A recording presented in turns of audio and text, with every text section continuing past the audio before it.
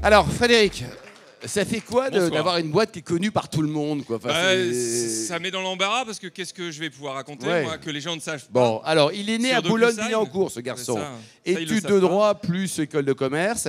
Et ta première vie, donc c'était à l'époque là, un VSN, tu étais parti Ouais. donc aux États-Unis. Et là, tu avais rejoint une entreprise française, et c'est pas coutume, hein, qui a racheté une boîte américaine. C'était quoi également le contexte à l'époque, Frédéric? Le contexte, c'était une boîte française qui lorgnait sur son concurrent américain depuis des années dans un monde de la technologie où tout se passait à l'époque encore sur la côte ouest des États-Unis. Donc on était un petit peu emmené par le fondateur de cette boîte qui s'appelait Electronic D2, qui est devenu LaCie, qui faisait des disques durs externes et qui est parti avec un certain nombre de jeunes Français pour reprendre la direction de la filiale américaine qu'il avait rachetée.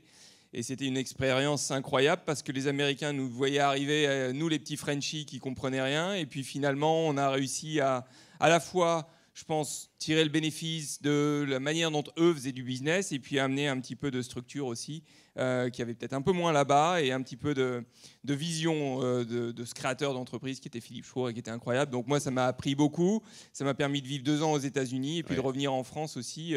Puis d'arriver dans la tech un petit peu par hasard, et puis ça fait un peu plus de 25 ans. Quelques années, maintenant. quoi. Ensuite, 5 années chez NEC.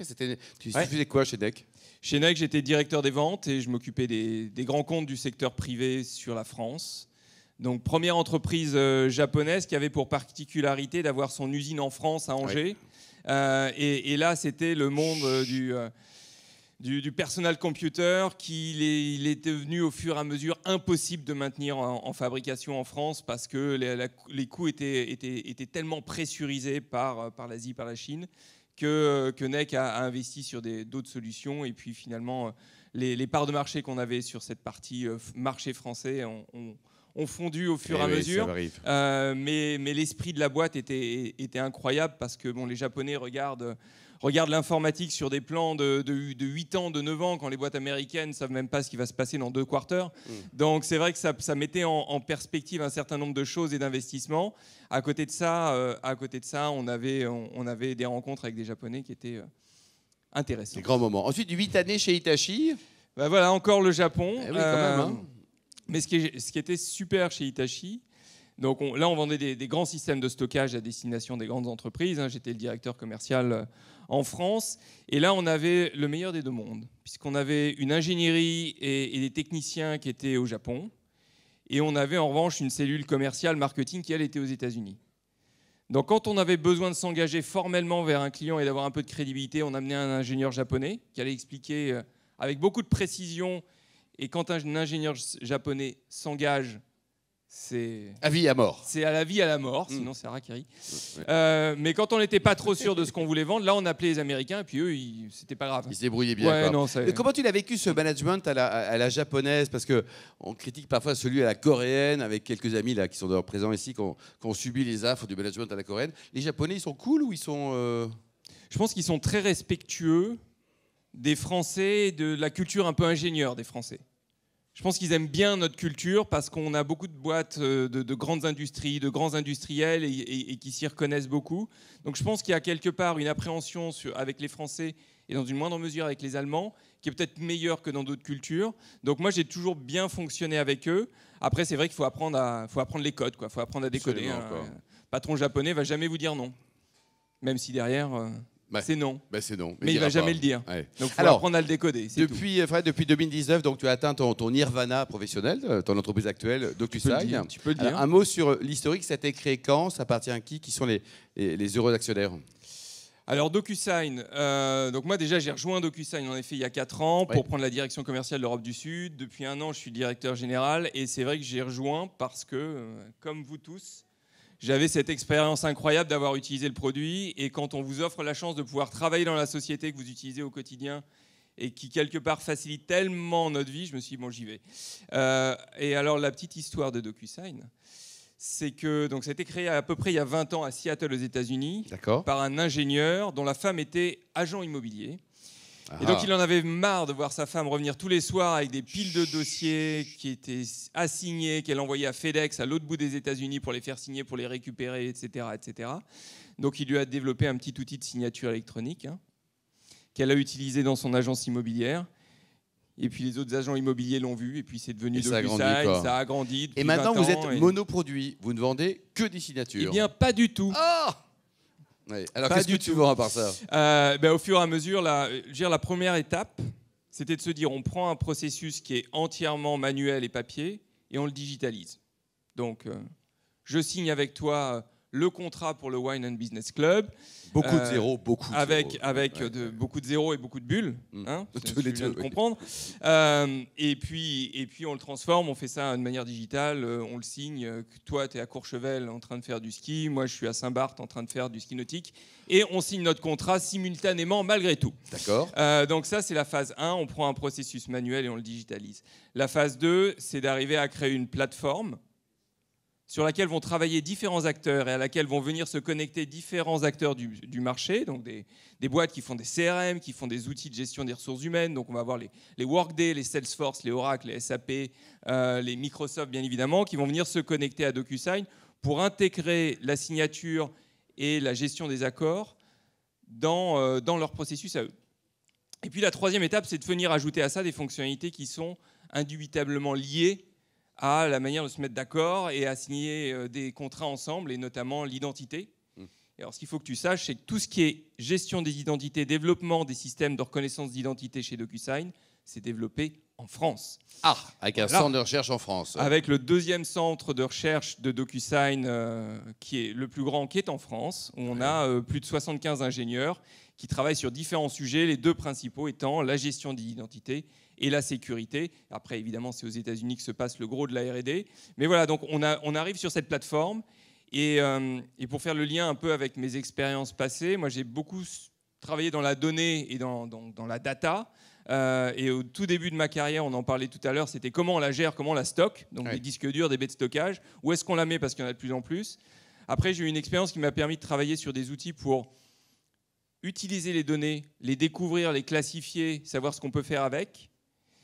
Alors ça, c'est pas le métier de DocuSign, mais le métier de DocuSign, c'est de se dire comment on peut travailler la donnée brute de ce qu'on recueille pour, avec de l'intelligence artificielle, proposer proactivement des contrats, des modèles d'engagement qui sont nouveaux, qui sont complètement digitaux et qui sont drivés par de l'intelligence artificielle. Donc on arrive là aujourd'hui avec une plateforme qui va être alimentée par de la donnée, qui va mettre en œuvre des solutions d'intelligence artificielle pour permettre aux gens de se mettre d'accord dans toutes les formes et pas simplement en signant, même si c'est encore, comme tu le disais tout à l'heure, le cœur de ce qu'on fait, mais de se mettre d'accord de manière beaucoup plus large avec différents. Et avec toutes formes. ces signatures-là, tu es totalement RGPD compatible, la vie va bien, enfin, tu vois, il n'y a pas de souci. Non, il n'y a pas de souci. D'accord. Non, il n'y a pas de souci. Est-ce que tu peux nous sortir la signature de Macron, par exemple? Tu l'as en stock ou pas?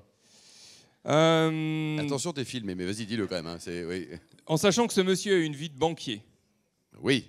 Voilà.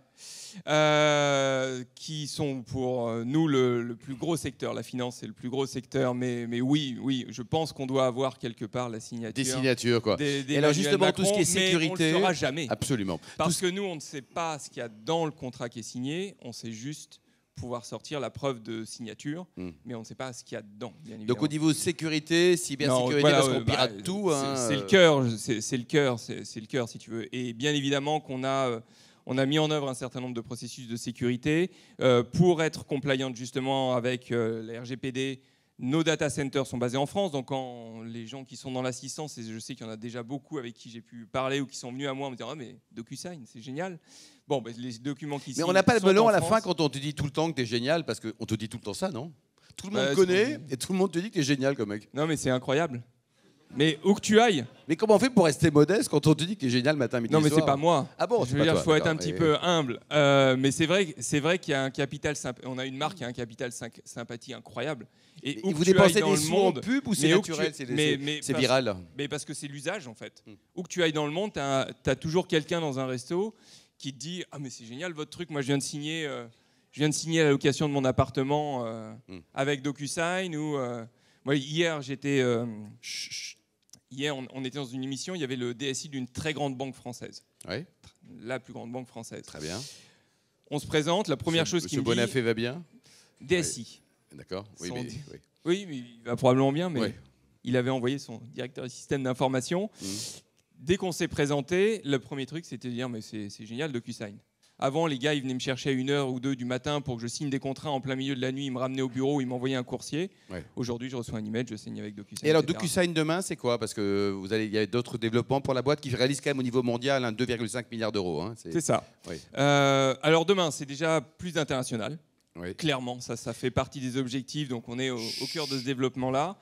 Aujourd'hui, c'est une boîte qui a été historiquement très centrée quand même sur les US. On fait encore plus de 70% de notre chiffre d'affaires en Amérique du Nord. Donc la croissance à l'international, c'est le premier point.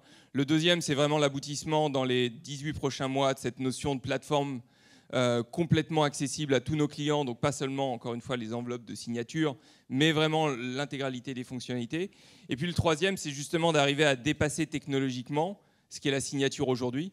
Parce que est-ce que demain, tu continueras à signer, alors plus avec un stylo, puisque tu as DocuSign, mais plus en cliquant non plus, peut-être que ce sera ton iris qui permettra de t'identifier et donc de signer un document, et donc de signer un document notarié. Probablement qu'il y aura cette composante-là, et ça fait partie des mondes qu'on est obligé d'appréhender si on ne veut pas se faire un jour disrupter et ne plus exister. Maintenant, c'est vrai qu'on est sur un marché dans lequel on est le leader, et on a une capacité de recherche et développement qui est telle qu'on va aller au-devant de ces technologies-là, les anticiper et puis les appréhender. Donc à suivre, quoi. Pour les rendre à nos clients. Exactement. Donc la retraite, selon toi, c'est 64, 65 ou 66 ? Écoute, je te dirais deux choses. La première, c'est que j'y avais pas vraiment pensé avant d'assister à ta conférence ce soir. Donc puisque maintenant, tu es chaud dans ta tête, là. Et puis la deuxième, c'est que ça dépendra aussi de la valeur de l'action de DocuSign qui me permettra peut-être de partir à 62, à 63, à 64 ou Frédéric, ou après. Le plus haut métier du monde, c'est patron d'une entreprise ou c'est journaliste ? Je crois que le plus beau métier du monde, c'est papa. Oh. T'as combien d'enfants ? Journaliste et probablement ce dont je rêvais quand j'étais petit. Oui. Patron d'une entreprise, surtout une entreprise comme DocuSign, c'est une émulation incroyable parce que ça bouge beaucoup. Hein.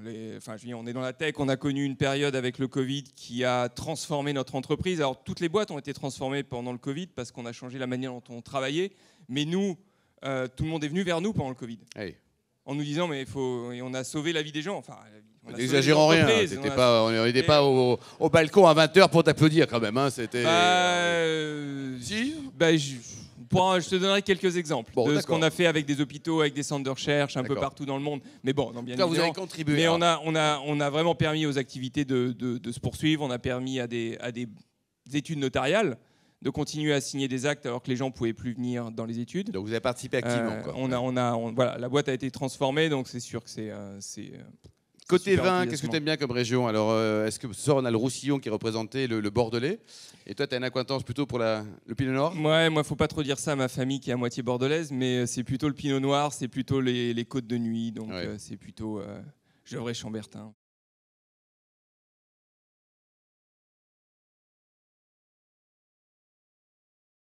Après, il y a plusieurs types de concurrents. Je dirais que c'est un marché qui est extrêmement atomisé. Donc il n'y a pas un grand concurrent mondial. Alors il y a évidemment l'autre éditeur américain qui possède le standard PDF, qui a sa propre signature, et c'est notre plus gros concurrent. Mais après, c'est un marché atomisé. Donc on va trouver plein d'acteurs en France, plein d'acteurs en Allemagne, plein d'acteurs en Espagne, plein d'acteurs en Italie qui ont développé des moteurs de signature électronique, mais pas un grand acteur mondial dont on pourrait dire. Pour l'instant, vous êtes leader. Quoi. Pour l'instant, on est leader et notre concurrent, ça reste le papier, le stylo.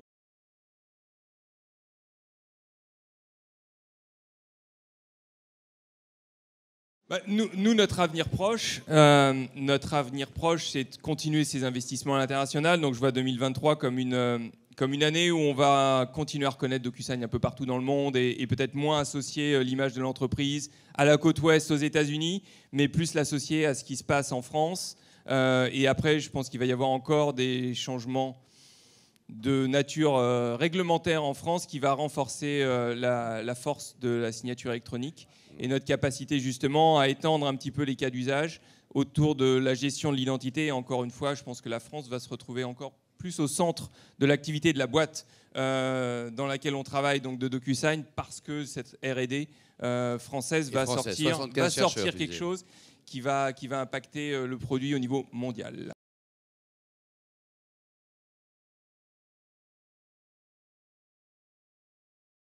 On considère complètement la blockchain comme faisant partie des solutions qui peuvent être en back-office pour accélérer un certain nombre de processus. Ce qu'on veut pas toucher, ce qu'on veut continuer à améliorer, c'est l'interface utilisateur. C'est-à-dire qu'aujourd'hui, on a développé cette interface utilisateur qui fait que quand vous signez une enveloppe DocuSign, vous avez vraiment l'impression de signer un document. Vous savez où, vous savez comment, vous pouvez accéder sur votre portable, sur votre tablette, le créer à la dimension. Et ça, c'est ce qui va rester en facial de l'ensemble de nos clients et ça va s'étendre sur un certain nombre de fonctionnalités. Ce qu'il y a derrière, en termes d'intelligence artificielle, en termes de blockchain, pour accélérer la reconnaissance, pour pouvoir pénétrer de nouveaux marchés, pour pouvoir être plus rapide et pour pouvoir, à terme, émettre des certificats qui vont résister aux ordinateurs quantiques. Oui. Ça fait partie, en revanche, des solutions sur lesquelles on travaille. Parce qu'aujourd'hui, on a un système de sécurité qui est extrêmement puissant, mais demain, les ordinateurs quantiques vont arriver, ils vont être capables de casser ces codes, de casser les signatures. Donc la blockchain fait partie des outils potentiels pour aller sécuriser et se protéger contre le... Bon, il est bien Frédéric, hein, on l'applaudit chaleureusement. Bravo Fred, bravo. Merci bravo, beaucoup. Bravo.